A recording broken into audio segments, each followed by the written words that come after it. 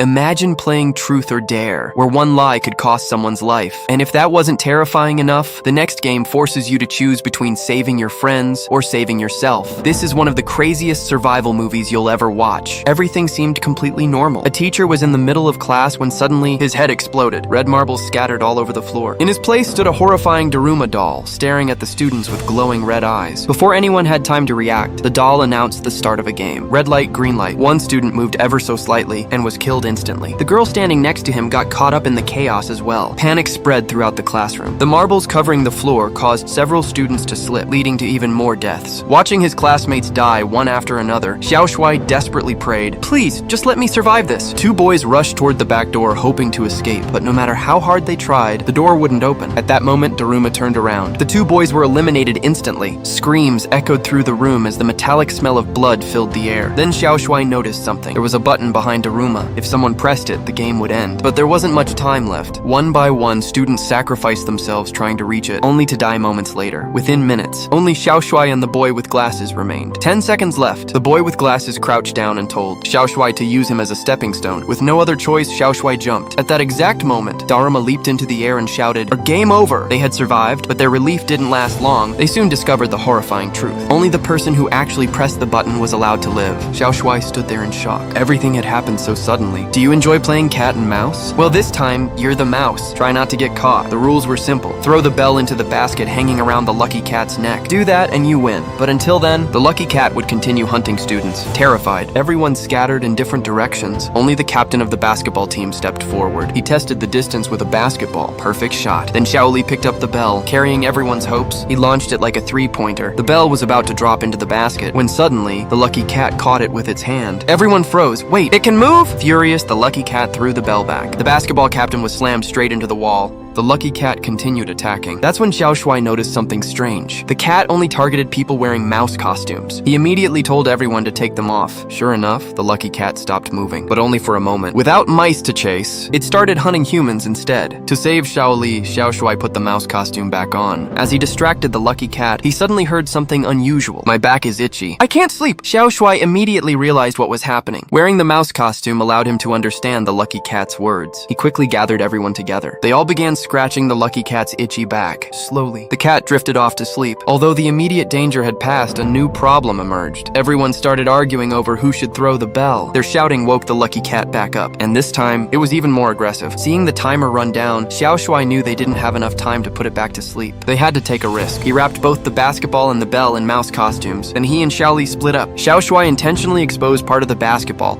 tricking the lucky cat into chasing Shaoli. The cat believed Shaoli had the real bell, but the actual bell was in Xiao Shuai's hands. Xiao Shuai took the shot and missed. His final chance was gone. Then suddenly, a mysterious figure jumped down from above. He caught the bell in midair and slammed it directly into the basket. Game clear. Xiao Shuai thought everyone had finally been saved. Then the lucky cat spoke. "Only 3 survivors." Xiao Shuai slowly turned around. The curly-haired boy had secretly killed everyone else. Oddly enough, the curly-haired boy seemed to have developed a special interest in Xiao Shuai. But before anyone could process what had happened, the next game began. Have you ever played Guess Who I Am? But in this version, getting the answer wrong means death. The rules were simple. One player would be blindfolded. 4 dolls would circle around them while singing. When the song stopped, the player had 10 seconds to identify which doll was standing behind them. Guessing correctly? And you'd be punished. Permanently. 4 students were selected to participate. Xiao Shuai and Xiao Mei had known each other since middle school. The honor student and the girl with the center-parted hairstyle came from different schools. The honor student volunteered to go first, but when the music stopped, he couldn't answer. A laser shot out from the doll's eyes. His body froze.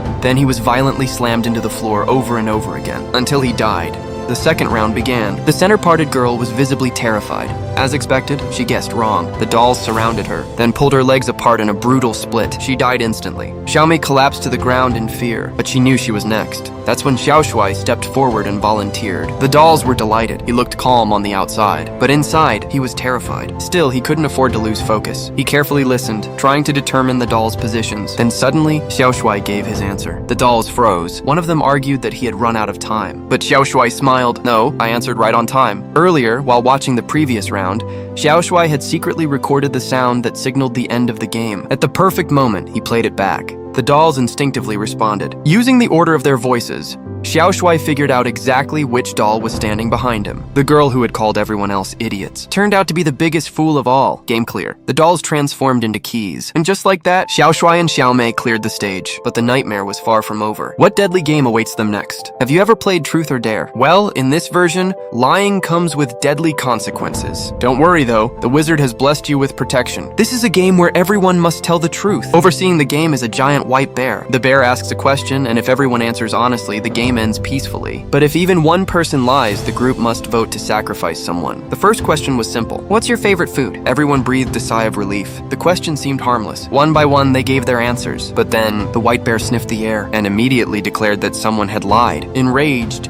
it demanded that the group identify the liar within 2 minutes. Everyone insisted they had answered honestly. But how do you prove the truth behind such a subjective question? Suspicion quickly spread through the group. The slick-haired boy accused Curly Hair simply because he didn't like a certain dish. Then came the second question. Do you like Xiao Shui? The boys quickly denied it. The girls shyly nodded their heads. But the biggest surprise of all was Blondie. The intense look in his eyes sent chills down Xiao Shui's spine. And just as expected, someone had lied again. The group once more turned against each other. Tensions rose. People started losing control. Xiao Shui couldn't understand it. If all they had to do was tell the truth, why would anyone lie? Then the white bear revealed the answer. There was an accomplice hidden among them. If you don't find that person, all of you will eventually die. This time, the boy in the tracksuit accused Xiao Mei. After all, everyone else attended the same high school. Xiao Mei was the only outsider. Blondie didn't care about anyone except Xiao Shui. He voted against her as well. Xiao Shui desperately tried to stop them. Because Xiao Mei wasn't just his friend. They had grown up together. It's a shame. She really was human. Watching his childhood friend die right before his eyes, Xiao Shui nearly broke down. But then, he finally noticed something strange about the white bear. The truth was horrifying. The white bear was actually black. The bloodstains left on its paw after killing Xiao Mei revealed everything. The game had been a trap from the very beginning. Its true purpose wasn't to find liars. It was to manipulate them into killing each other. Game over. If you've ever played hide and seek, don't scroll away just yet, because this is the upgraded version. Tag that one friend you drag into this nightmare with you. Trust me, this game is anything but ordinary. The rules were surprisingly simple. Players would draw lots to choose it. That person had to place a can in the center of the plaza. Meanwhile, everyone else could hide wherever they wanted. If it found someone, they had to see the person's face, call out their name, and stomp on the can. Only then would the capture count. Those who hadn't been caught could rescue their teammates by kicking the can. However, there was a catch. Anyone who touched the can during a rescue attempt would sacrifice themselves in exchange for saving everyone else. Whoever survived until sunset won the game. The rules sounded simple, yet nobody felt relieved because the person chosen to be it was none other than Curly Hair, the most dangerous player of them all. The game began. Everyone scattered to find hiding places. Meanwhile, Curly Hair casually kicked a nesting doll straight into the metal can. After placing the can in its designated spot, the hunt officially started. Two boys believed they had found the perfect hiding place, but Curly Hair had already spotted them. Soon after, Xiaoli sacrificed herself to protect Xiao Shui and was captured as well. That left Xiao Shui as the only person still free. But now he faced an impossible choice. Should he continue hiding until sunset and clear the game alone, or should he risk his own life to save everyone else? As the sun slowly sank toward the horizon, Curly Hair called out to him, "I've already captured 3 people. That means I've secured my own survival. I have no intention of catching you. Let's just wait until the timer runs out and survive together." After a long silence, Xiao Shui finally stepped out of hiding. He was fully armored, his face completely concealed, but the heavy armor made it difficult for him to move. Curly Hair smirked. He easily removed Xiao Shui's helmet. Just as he prepared to stomp on the can, he realized something. A chain had somehow been wrapped around his waist. The other end was attached to the armor. Without hesitation, Xiao Shui leaped off the cliff. Curly Hair was dragged toward the edge, struggling desperately to keep himself from falling. Meanwhile, Xiao Shui had already slipped out of the armor. He climbed back up from the opposite side. With only seconds remaining, Xiao Shui kicked the can away. But something unexpected happened. The can didn't explode. Only then did everyone realize the truth. This game had never been designed to kill anyone. It had simply been testing their courage. The nesting dolls even handed everyone popsicles as a reward for surviving. As fireworks illuminated the evening sky, everyone finally relaxed. They sat by the roadside, relieved that the nightmare was over. Or so they thought. Word suddenly appeared on the popsicle sticks. The final challenge is luck. Before anyone could react, everyone except Xiao Shui and Curly Hair transformed into bursts of fireworks, disappearing into the wind. The brutal life and death games had finally come to an end. Out of everyone who entered, only 2 survivors remained, and together, they became the children of God. Thanks for watching,